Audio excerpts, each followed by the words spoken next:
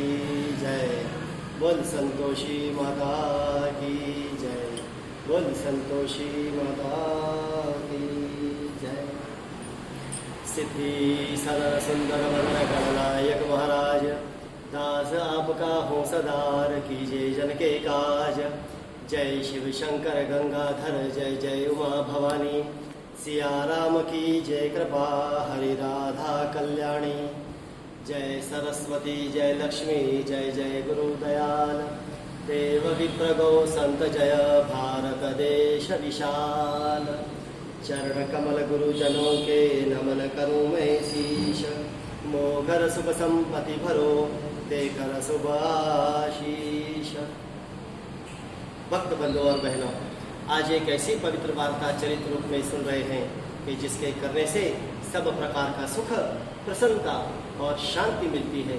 माता उमा को इसका रूप बनाते हुए भगवान शंकर ने कहा है कि प्रभु को देखना हो तो अपने हृदय में देखो। हाजर है हर जगह पर प्रेम रूप अवतार, करे न देरी एक पल यदि सत्य हो यह पुकार। प्रेमी के बस में बने रजो मांगे सो देता, पातर टाले भक्त कीर परखे सच्चा है। धारणा को सच्ची बनाए करके रखो, प्रेम का यही मूल मंत्र है। संतोषी माता के पिता गणेश जी है, माता रिद्धि सिद्धि, धन धान्य, सोना चांदी, मोती मूंगा, रत्नों से भरा हुआ परिवार। गणपति महाराज की लाडली, गणपति महाराज कमाई धंधे में बरकत दे, दारिद्र्य दूर करे, क्लेश का नाश करे, सुख शांति का प्रकाश करे, बालकों की फुलवारी, धंधे में मुनाफे की भारी कमाई, मन की कामना पूर्ण करे। लो संतोषी माता का नाम, जिससे बन जाए सारे काम। बोलो संतोषी माता की जय। एक बुढ़िया थी और उसके 7 लड़के थे। 6 कमाने वाले थे, एक निकम्मा था।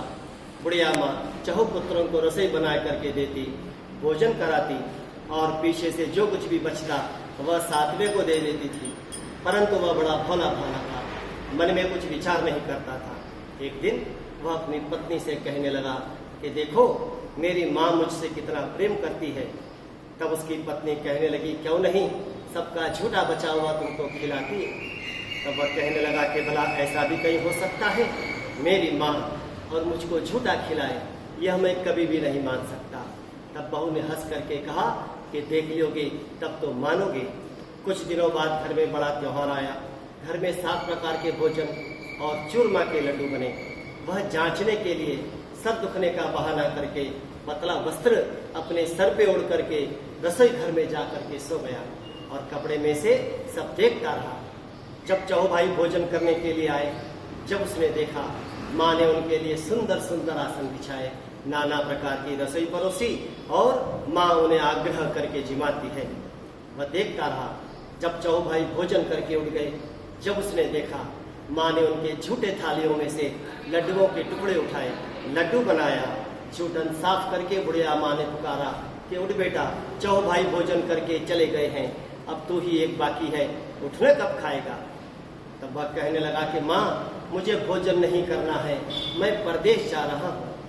तब उसकी माँ कहने लगी कि कल जाता हो तो आज ही चला जा। वह कहने लगा कि हाँ हाँ आज ही जा रहा हूँ।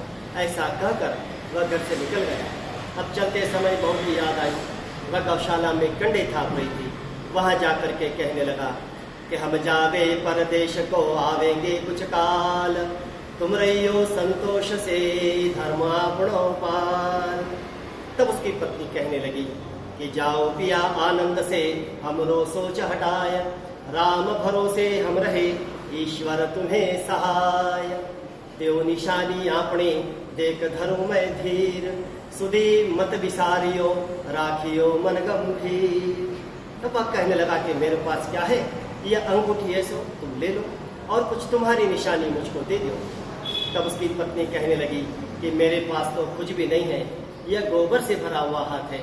ऐसा कहकर उसने उसके पति के पीठ में गोबर के हाथ की थाप मार दी।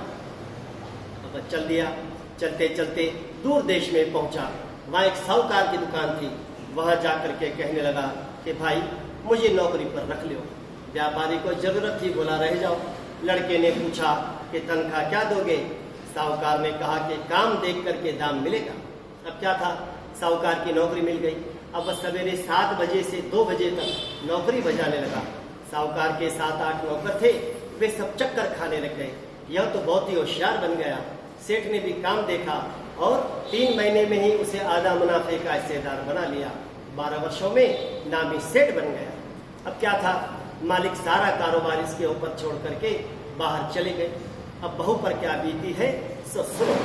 उसके सासू ससुरे उसे बहुत दुख देने लगे, सारे घर का काम कराने लगे, जंगल में लकड़ियां लेने के लिए भेजते हैं और इस बीच घर के आटे में से जो भूसी निकलती है उसकी रोटी बनाए करके रख दी जाती। फूटे नारियल के नारेली में पानी, इसी प्रकार से बहू के दिन गुजरने लगे। एक दिन वह जंगल में लकड़ियां लेने के लिए जा रही थी कि रास्ते में बहुत सी स्त्रियां संतोषी माता का व्रत करती हुई दिखाई दी। वह वहां पर खड़ी हो गई और कथा सुनने लगी। पूछने लगी, बहनों तुम सब किस देवता का व्रत करती हो? इसके करने से क्या फल मिलता है? इसके करने की क्या विधि है? यदि इस व्रत का विधान मुझे समझा कर कहोगी तो मैं तुम्हारा बड़ा एहसान मानूंगी। तब उनमें से एक स्त्री कहने लगी कि सुनो, यह संतोषी माता का व्रत है। इसके करने से निर्धनता दरिद्रता दूर होती है, लक्ष्मी आती है, मन की चिंताओं का भार दूर होता है, घर में सुख आने से मन को प्रसन्नता और शांति मिलती है।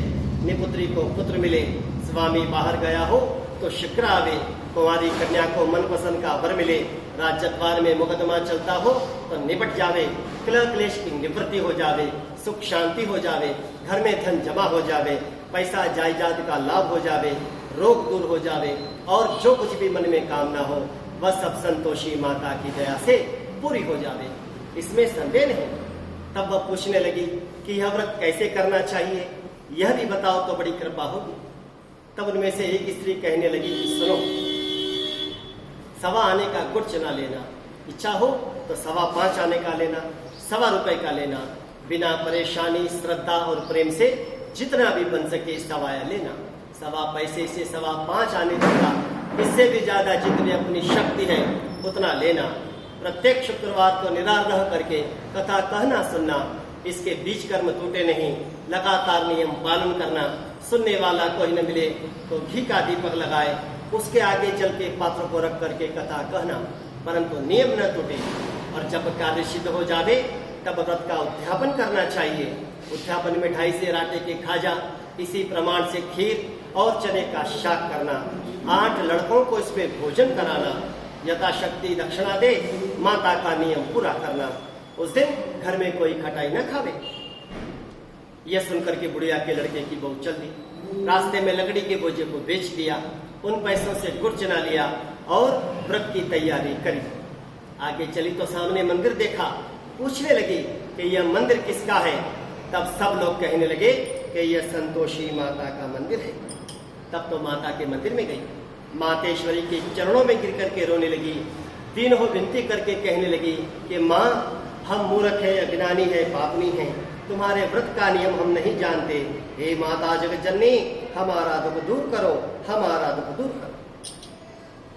माता को दया आ गई। एक शुक्रवार बीता कि दूसरे शुक्रवार को ही उसके पति का पत्र आ गया, तीसरे को उनका भेजा हुआ पैसा पहुंचा। यह देख करके जेठ जेठानी मुशिकोरने लगे कि इतने दिनों में इतना पैसा आया है, इसमें क्या बड़ाई है। लड़के सब ताना देने लगे। अब तो काकी के पास पत्र आने लगे, अब तो काकी के पास रुपया आने लगे, अब तो काकी की खातिर बढ़ेगी, अब तो काकी बुलाने से भी नहीं बोलेगी। वह बेचारी सरलता से कहती है कि भैया पत्र आवे रुपया आवे तो हम सबके लिए अच्छा है। ऐसा कहकर आंखों में आंसू भर करके संतोषी माता के मंदिर में गई, मातेश्वरी के चरणों में गिर करके रोने लगी। दिन हो विनती करके कहने लगी कि माँ मैंने तुमसे पैसा कब मांगा है, मुझे पैसे से क्या काम है, मुझे तो अपने सुहाग से काम है, मैं तो अपने पति के दर्शन और उनकी सेवा मांगती हूँ। माँ कहने लगी कि जा बेटी तेरा मालिक आएगा। अब खुशी से बावली घर जा करके काम धंधा करने लगी। अब माँ विचार करने लगी कि इस भोली पुत्री को कह तो दिया है कि तेरा पति आएगा, पर आएगा कहाँ से, वह तो उसको सपने में भी याद नहीं करता है, उसको याद दिलाने को तो मुझको ही जाना पड़ेगा। ऐसा विचार करके माँ उस बुढ़िया के लड़के के पास जाए, स्वप्न में प्रकट होकर के कहने लगी कि साहूकार के बेटे सो रहा है या